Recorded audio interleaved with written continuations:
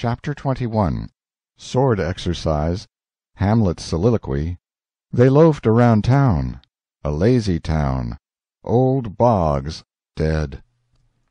It was after sun-up now, but we went right on and didn't tie up. The king and the duke turned out by and by, looking pretty rusty. But after they'd jumped overboard and took a swim, it chippered them up a good deal.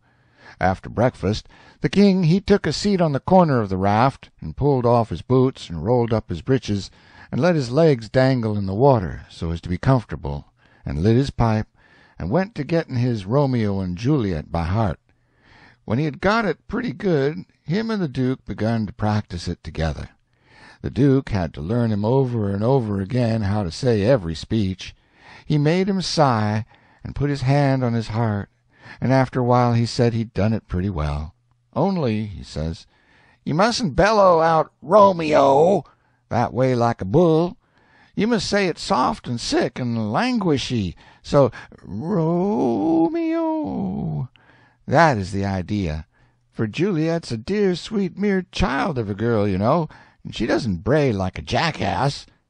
Well, next they got out a couple of long swords that the duke made out of oak laths, and begun to practice the sword fight. The duke called himself Richard III, and the way they laid on and pranced around the raft was grand to see, but by and by the king tripped and fell overboard, and after that they took a rest, and had a talk about all kinds of adventures they'd had in other times along the river.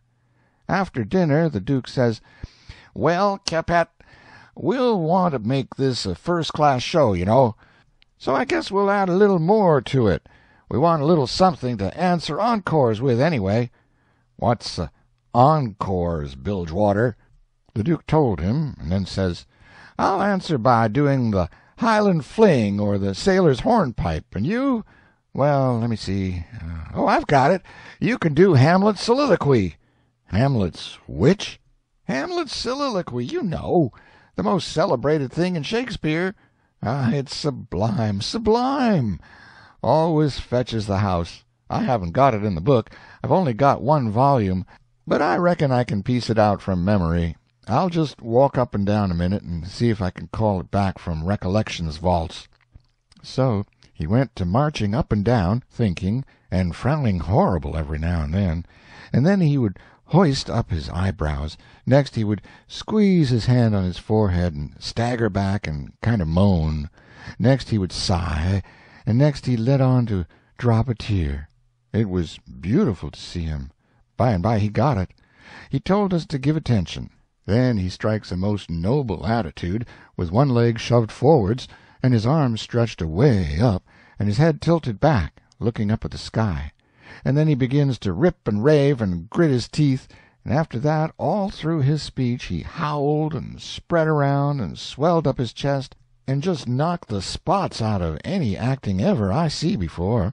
This is the speech. I learned it easy enough while he was learning it to the king. "To be or not to be, that is the bare bodkin that makes calamity of so long life. For who would fardels bear till Burnham Wood do come to Dunsinane, but that the fear of something after death murders the innocent sleep, great nature's second course, and makes us rather sling the arrows of outrageous fortune than fly to others that we know not of. There's the respect must give us pause. Wake Duncan with thy knocking. I would thou couldst. For who would bear the whips and scorns of time, the oppressor's wrong, the proud man's contumely, the law's delay, and the quietus which his pangs might take in the dead waste and middle of the night, when churchyards yawn in customary suits of solemn black, but that the undiscovered country from whose bourne no traveller returns breathes forth contagion on the world, and thus the native hue of resolution, like the poor cat in the adage, is sicklied o'er with care, and all the clouds that lord o'er our housetops with this regard their currents turn awry, and lose the name of action. 'Tis a consummation devoutly to be wished. But soft you, the fair Ophelia, ope not thy ponderous and marble jaws, but get thee to a nunnery. Go." Well, The old man he liked that speech, and he mighty soon got it so he could do it first rate. It seemed like he was just born for it. And when he had his hand in and was excited, it was perfectly lovely the way he would rip and tear and rair up behind when he was getting it off. The first chance we got, the Duke he made some show bills printed, and after that, for 2 or 3 days as we floated along, the raft was a most uncommon lively place, for there warn't nothing but sword-fighting and rehearsing, as the Duke called it, going on all the time. One morning, when we was pretty well down the state of Arkansas, we come in sight of a little one-horse town in a big bend, so we tied up about 3/4 of a mile above it, in the mouth of a crick which was shut in like a tunnel by the cypress trees, and all of us but Jim took the canoe and went down there to see if there was any chance in that place for our show. We struck it mighty lucky. There was going to be a circus there that afternoon, and the country people was already beginning to come in all kinds of old shakely wagons and on horses. The circus would leave before night, so our show would have a pretty good chance. The Duke he hired the courthouse, and we went around and stuck up our bills. They read like this: Shakespeare Revival, wonderful attraction, for one night only. The world-renowned tragedians, David Garrick the Younger, of Drury Lane Theatre, London, and Edmund Kean the Elder, of the Royal Haymarket Theatre, Whitechapel, Pudding Lane, Piccadilly, London, and the Royal Continental Theatres, in their sublime Shakespearean spectacle entitled The Balcony Scene in Romeo and Juliet. Romeo, Mr. Garrick; Juliet, Mr. Kean. Assisted by the whole strength of the company. New costumes, new scenery, new appointments. Also the thrilling, masterly, and blood-curdling broadsword conflict in Richard III. Richard III, Mr. Garrick; Richmond, Mr. Kean. Also, by special request, Hamlet's immortal soliloquy, by the illustrious Kean, done by him 300 consecutive nights in Paris, for one night only, on account of imperative European engagements. Admission 25 cents, children and servants 10 cents. Then we went loafing around town. The stores and houses was most all old, shakely, dried-up frame concerns that hadn't ever been painted. They was set up 3 or 4 foot above ground on stilts, so as to be out of reach of the water when the river was overflowed. The houses had little gardens around them, but they didn't seem to raise hardly anything in them but jimson weeds and sunflowers and ash-piles and old curled-up boots and shoes and pieces of bottles and rags and played-out tinware. The fences was made of different kinds of boards, nailed on at different times, and they leaned every which way, and had gates that didn't generally have but one hinge, a leather one. Some of the fences had been whitewashed some time or another, but the Duke said it was in Columbus time, like enough. There was generally hogs in the garden, and people driving them out. All the stores was along one street. They had white domestic awnings in front, and the country people hitched their horses to the awning posts. There was empty dry-goods boxes under the awnings, and loafers roosting on them all day long, whittling them with their barlow knives, and chawing tobacco, and gaping and yawning and stretching, mighty ornery lot. They generally had on yellow straw hats most as wide as an umbrella, but they didn't wear no coats nor waistcoats. They called one another Bill, and Buck, and Hank, and Joe, and Andy, and talked lazy and drawly, and used considerable many cuss words. There was as many as one loafer leaning up against every awning post, and he most always had his hands in his breeches pockets, except when he fetched them out to lend a chaw of tobacco or scratch. What a body was hearing amongst them all the time was, "Gimme a chaw of tobaccer, Hank." "Can't. Ain't got but one chaw left. Ask Bill." Maybe Bill he gives him a chaw. Maybe he lies and says he ain't got none. Some of 'em kinds of loafers never has a cent in the world, nor a chaw of tobacco of their own. They get all their chawing by borrowing. They say to a fellow, "I wisht you'd lend me a chaw, Jack. I just this minute give Ben Jonson the last chaw I had," which is a lie pretty much every time. It don't fool nobody but a stranger, but Jack ain't no stranger, so he says, "You give him a chaw, did you? So did your sister's cat's grandmother. You pay me back the chaws you already borrowed offen me, Leif Buckner. Then I'll loan you 1 or 2 ton of it, and won't charge you no back interest nother." "Well, I did pay you back some of it onct." "Yes, you did, 'bout 6 chaws. You borrowed store tobaccer and paid back niggerhead." Store tobacco is flat black plug, but these fellows mostly chaws the natural leaf twisted. When they borrow a chaw they don't generally cut it off with a knife, but set the plug in between their teeth, and gnaw with their teeth and tug at the plug with their hands till they get it in two. Then sometimes the one that owns the tobacco looks mournful at it when it's handed back, and says sarcastic, "Here, gimme the chaw, and you take the plug." All the streets and lanes was just mud. They warn't nothing else but mud. Mud as black as tar, and nigh about a foot deep in some places, and 2 or 3 inches deep in all the places. The hogs loafed and grunted around everywheres. You'd see a muddy sow and a litter of pigs come lazying along the street and wallop herself right down in the way, where folks had to walk around her, and she'd stretch out and shut her eyes and wave her ears whilst the pigs was milking her, and look as happy as if she was on salary. And pretty soon you'd hear a loafer sing out, "Hi, so boy, sick him, Tige," and away the sow would go, squealing most horrible, with a dog or two swinging to each ear, and 3 or 4 dozen more a-coming, and then you would see all the loafers get up and watch the thing out of sight, and laugh at the fun and look grateful for the noise. Then they'd settle back again till there was a dog fight. There couldn't anything wake them up all over and make them happy all over like a dog fight, unless it might be putting turpentine on a stray dog and setting fire to him, or tying a tin pan to his tail and see him run himself to death. On the river front some of the houses was sticking out over the bank, and they was bowed and bent, and about ready to tumble in. The people had moved out of them.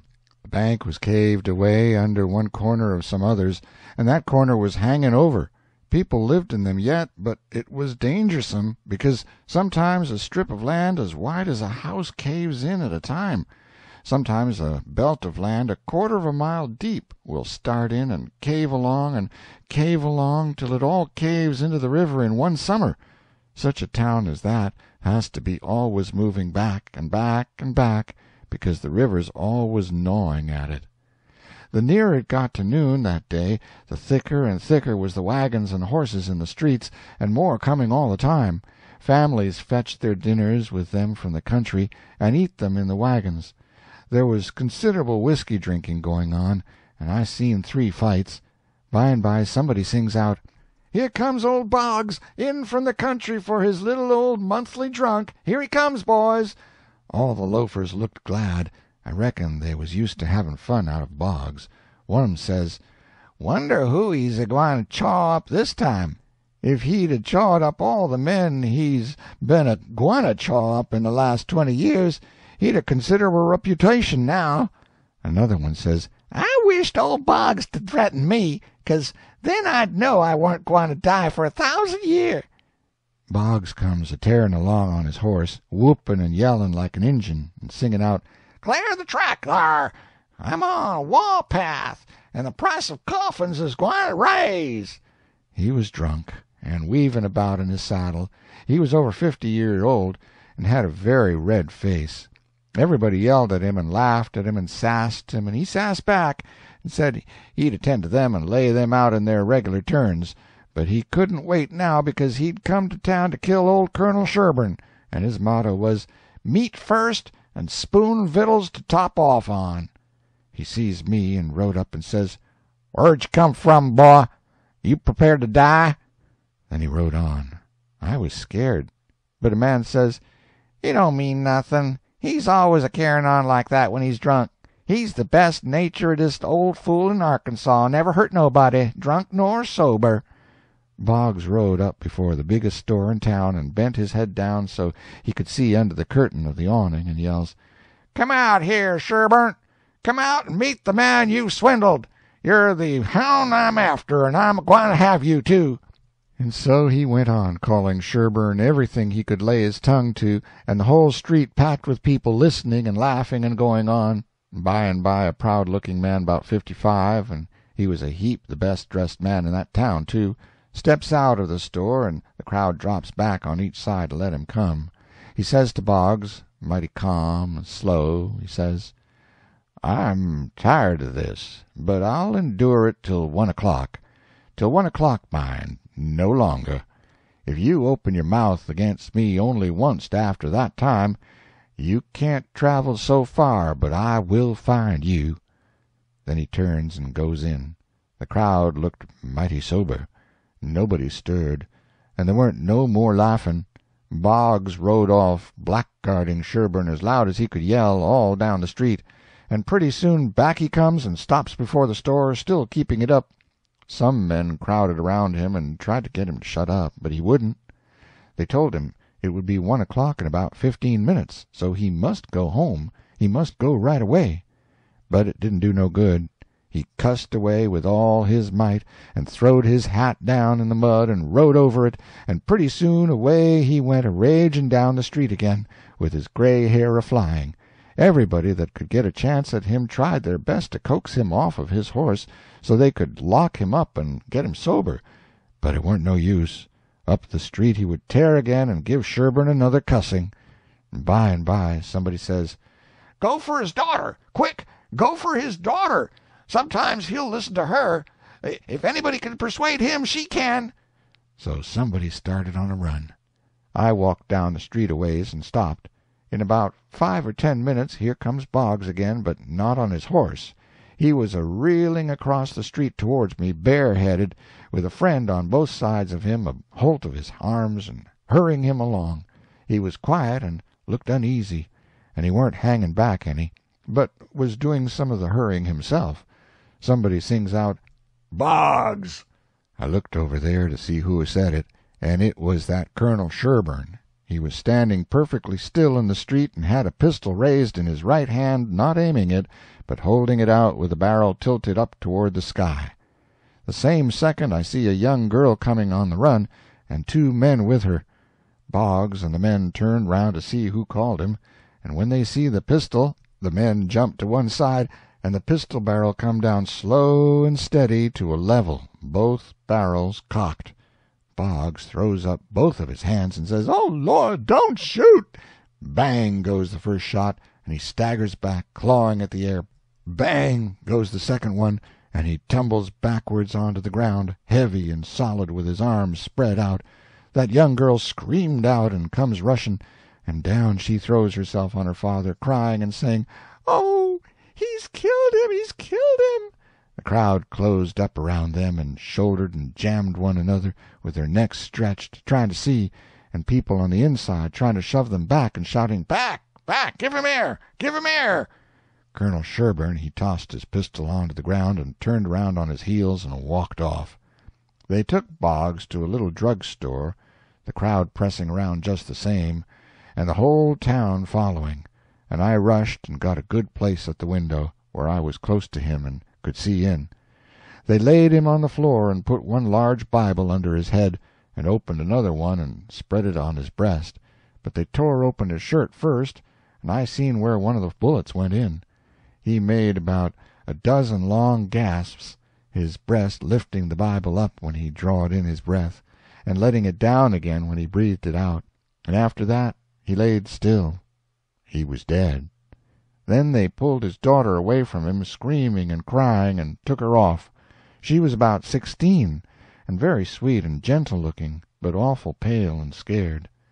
Well, pretty soon the whole town was there, squirming and scrouging and pushing and shoving to get at the window and have a look, but people that had the places wouldn't give them up, and folks behind them was saying all the time, "Say, now, you've looked enough, you fellows. 'Tain't right, and 'tain't fair for you to stay there all the time, and never give nobody a chance. Other folks has their rights as well as you." There was considerable jawing back, so I slid out, thinking maybe there was going to be trouble. The streets was full, and everybody was excited. Everybody that seen the shooting was telling how it happened, and there was a big crowd packed around each one of these fellows, stretching their necks and listening. One long, lanky man, with long hair and a big white fur stovepipe hat on the back of his head, and a crooked-handled cane, marked out the places on the ground where Boggs stood and where Sherburn stood, and the people following him around from one place to other, and watching everything he done, and bobbing their heads to show they understood, and stooping a little and resting their hands on their thighs to watch him mark the places on the ground with his cane, and then he stood up straight and stiff where Sherburne had stood, frowning and having his hat brimmed down over his eyes, and sung out "Boggs," and then fetched his cane down slow to a level, and says "Bang," staggered backwards, says "Bang" again, and fell down flat on his back. The people that had seen the thing said he done it perfect, said it was just exactly the way it all happened. Then as much as a dozen people got out their bottles and treated him. Well, by and by somebody said Sherburne ought to be lynched. In about a minute everybody was saying it. So away they went, mad and yelling, and snatching down every clothesline they come to do the hanging with. Chapter 22. Sherburne. Attending the circus. Intoxication in the ring. The thrilling tragedy. They swarmed up toward Sherburne's house, a-whooping and raging like Injuns, and everything had to clear the way or get run over and tromped to mush, and it was awful to see. Children was heeling it ahead of the mob, screaming and trying to get out of the way, and every window along the road was full of women's heads, and there was nigger boys in every tree, and bucks and wenches looking over every fence, and as soon as the mob would get nearly to them they would break and scattle back out of reach. Lots of the women and girls was crying and taking on, scared most to death. They swarmed up in front of Sherburne's palings as thick as they could jam together, and you couldn't hear yourself think for the noise. It was a little 20-foot yard. Some sung out, "Tear down the fence! Tear down the fence!" Then there was a racket of ripping and tearing and smashing, and down she goes, and the front wall of the crowd begins to roll in like a wave. Just then Sherburne steps out onto the roof of his little front porch with a double-barreled gun in his hand, and takes his stand, perfectly calm and deliberate, not saying a word. The racket stopped, and the wave sucked back. Sherburne never said a word, just stood there looking down. The stillness was awful creepy and uncomfortable. Sherburne run his eye slow along the crowd, and wherever it struck the people tried a little to outgaze him, but they couldn't. They dropped their eyes and looked sneaky. Then pretty soon Sherburne sort of laughed, not the pleasant kind, but the kind that makes you feel like when you are eating bread that's got sand in it. Then he says, slow and scornful, "The idea of you lynching anybody, it's amusing. The idea of you thinking you had pluck enough to lynch a man, because you're brave enough to tar and feather poor friendless cast-out women that come along here. Did that make you think you had grit enough to lay your hands on a man? Why, a man safe in the hands of 10,000 of your kind, as long as it's daytime and you're not behind him. Do I know you? I know you clear through, was born and raised in the South, and I've lived in the North, so I know the average all around. The average man's a coward. In the North he lets anybody walk over him that wants to, and goes home and prays for a humble spirit to bear it. In the South one man all by himself has stopped a stage full of men in the daytime and robbed the lot. Your newspapers call you a brave people so much that you think you are braver than any other people, whereas you're just as brave and no braver. Why don't your juries hang murderers? Because they're afraid the man's friends will shoot them in the back, in the dark, and it's just what they would do. So they always acquit, and then the man goes in the night with 100 masked cowards at his back and lynches the rascal. Your mistake is that you didn't bring a man with you. That's one mistake, and the other is that you didn't come in the dark and fetch your masks. You brought part of a man, Buck Harkness, there, and if you hadn't had him to start you, you'd have taken it out in blowing. You didn't want to come.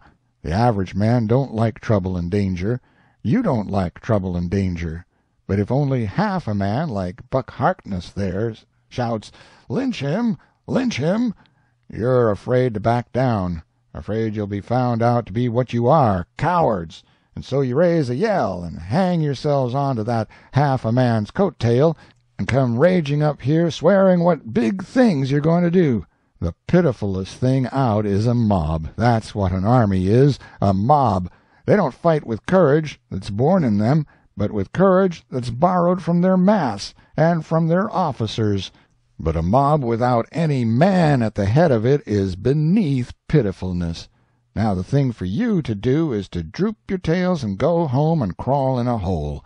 If any real lynching's going to be done, it will be done in the dark, Southern fashion. And when they come, they'll bring their masks and fetch a man along.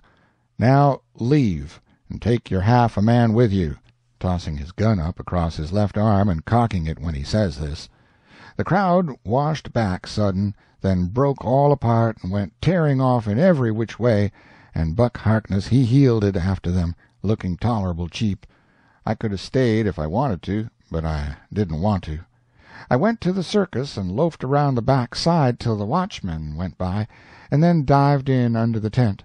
I had my $20 gold piece and some other money, but I reckoned I better save it, because there ain't no telling how soon you're going to need it, away from home and amongst strangers that way. You can't be too careful. I ain't opposed to spending money on circuses when there ain't no other way, but there ain't no use in wasting it on them. It was a real bully circus. It was the splendidest sight that ever was, when they all come riding in, two and two, a gentleman and lady, side by side, the men just in their drawers and undershirts, and no shoes nor stirrups, and resting their hands on their thighs, easy and comfortable. There must have been 20 of them, and every lady with a lovely complexion, and perfectly beautiful, and looking just like a gang of real sure-enough queens, and dressed in clothes that cost millions of dollars, and just littered with diamonds. It was a powerful fine sight. I never see anything so lovely. And then, one by one, they got up and stood, and went a-weaving around the ring so gentle and wavy and graceful, the men looking ever so tall and airy and straight, with their heads bobbing and skimming along, away up there under the tent roof, and every lady's rose-leafy dress flapping soft and silky around her hips, and she looking like the most loveliest parasol. And then, faster and faster they went, all of them dancing, first one foot out in the air and then the other, the horses leaning more and more, and the ringmaster going round and round the center pole, cracking his whip and shouting, "Hi! Hi!" and the clown cracking jokes behind him, and by all hands dropped the reins, and every lady put her knuckles on her hips, and every gentleman folded his arms, and then how the horses did lean over and hump themselves! And so, one after the other, they all skipped off into the ring, and made the sweetest bow I ever see, and then scampered out, and everybody clapped their hands and went just about wild. Well, all through the circus they done the most astonishing things, and all the time that clown carried on so it most killed the people. The ringmaster couldn't ever say a word to him, but he was back at him quick as a wink with the funniest things a body ever said. And how he ever could think of so many of them, and so sudden and so pat, was what I couldn't no way understand. Why, I couldn't have thought of them in a year. And by a drunk man tried to get into the ring, said he wanted to ride, said he could ride as well as anybody that ever was. They argued and tried to keep him out, but he wouldn't listen, and the whole show come to a standstill. Then the people begun to holler at him and make fun of him, and that made him mad, and he begun to rip and tear, so that stirred up the people, and a lot of men begun to pile down off the benches and swarm towards the ring, saying, "Knock him down! Throw him out!" And one or two women begun to scream. So then the ringmaster he made a little speech, and said he hoped there wouldn't be no disturbance, and if the man would promise he wouldn't make no more trouble, he would let him ride if he thought he could stay on the horse. So everybody laughed and said all right, and the man got on. The minute he was on, the horse begun to rip and tear and jump and cavort around, with 2 circus men hanging on to his bridle trying to hold him, and the drunk man hanging on to his neck, and his heels flying in the air every jump, and the whole crowd of people standing up shouting and laughing till tears rolled down. And at last, sure enough, all the circus men could do, the horse broke loose, and away he went like the very nation, round and round the ring, with that sot laying down on him and hanging to his neck, with first one leg hanging most to the ground on one side, and then t'other one on t'other side, and the people just crazy. It warn't funny to me, though. I was all of a tremble to see his danger, but pretty soon he struggled up a straddle and grabbed the bridle, a-reeling this way and that, and the next minute he sprung up and dropped the bridle and stood. And the horse a-going like a house afire, too. He just stood up there, a-sailing around as easy and comfortable as if he weren't ever drunk in his life. And then he begun to pull off his clothes and sling them. He shed them so thick they kind of clogged up the air, and altogether he shed 17 suits. And then there he was, slim and handsome, and dressed the gaudiest and prettiest you ever saw, and he lit into that horse with his whip and made him fairly hum, and finally skipped off and made his bow and danced off to the dressing-room, and everybody just a-howling with pleasure and astonishment. Then the ringmaster, he see how he had been fooled, and he was the sickest ringmaster you ever see, I reckon. Why, it was one of his own men. He had got up that joke all out of his own head and never let on to nobody. Well, I felt sheepish enough to be took in so, but I wouldn't have been in that ringmaster's place not for $1,000. I don't know. There may be bullier circuses than what that one was, but I never struck them yet. Anyways, it was plenty good enough for me, and wherever I run across it, it can have all of my custom every time.